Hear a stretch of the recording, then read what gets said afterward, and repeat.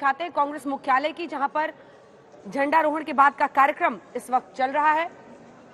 ये तस्वीरें कांग्रेस दफ्तर की हैं, राजधानी दिल्ली की। यहाँ पर भी झंडारोहण हुआ है। गुलाम नबी आजाद आपको दिखाई दे रहे हैं। तमाम नेता वहां पर कांग्रेस पार्टी के दिग्गज पहुंचे हैं। कुछ ही लम्हे पहले वहां पर झंडारोहण हुआ है। आत्ममुग्ध सरकार करार दिया है सोनिया गांधी ने सुधांशु त्रिवेदी जी। कहा है आप इतिहास के साथ नाइंसाफी कर रहे हैं। देखिए, वैसे तो आज का यह दिन राजनीतिक बयानबाजी, आरोप प्रत्यारोप के लिए उचित नहीं था। बेहतर होता एक दिन छोड़ के कल सुबेरे कर देते बयान, तो कोई फर्क नहीं पड़ता था। परंतु यदि उन्होंने कहा है तो मैं बताना चाहता हूं, हम आत्ममुग्ध नहीं हैं, राष्ट्रमुग्ध सरकार है। राष्ट्र के प्रति अपने कर्तव्य के लिए सर्वथा हम कहते हैं इदम नमम इदम राष्ट्राय स्वाहा। और आत्ममुग्धता क्या होती है?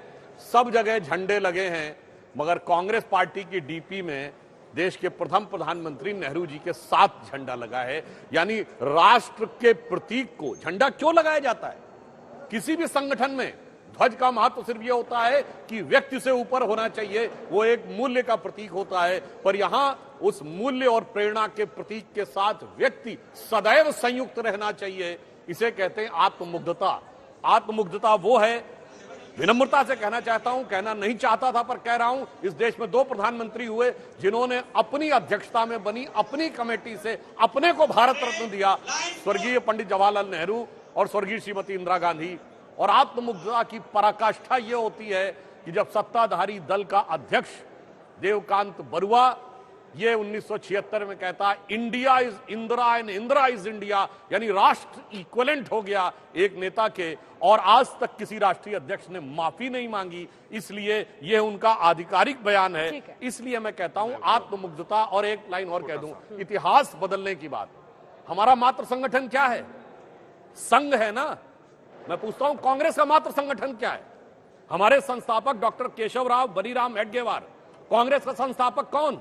एलन ऑक्टेवियम ह्यूम, ब्रिटिश सरकार के सेक्रेटरी। तो कांग्रेस का मात्र संगठन तो हो गया ब्रिटिश सरकार। अब अगर यह कहना है तो आज उसका भी जवाब दे दे। हमारा मात्र संगठन संघ है, आपका मात्र संगठन अंग्रेजों की सरकार। देखिए, मुझे लगता है कि अभी भी ये तस्वीरें जरा बता दे।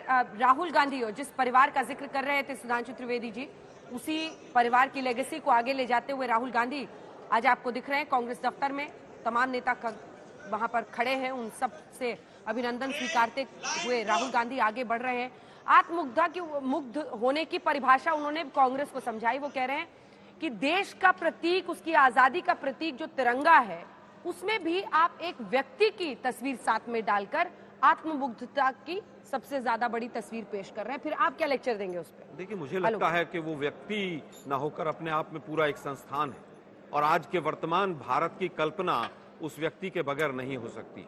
जो नींव रखी उसी को पूरे देश ने आगे बढ़ाया। वो व्यक्ति जो बरसों तक जेल में रहा, उसके बाद उसने स्वतंत्रता की लड़ाई लड़ते हुए यहां तक पहुंचकर देश को आजाद कराने का काम किया। साथ के साथ इस तिरंगों को अपनाने में भी बहुत बड़ा योगदान उस व्यक्ति का रहा, और हम गौरवान्वित हैं उसके लिए। अब आते हैं आत्ममुग्धता पर। ये सरकार की 3 नीतियां मुख्य होती हैं।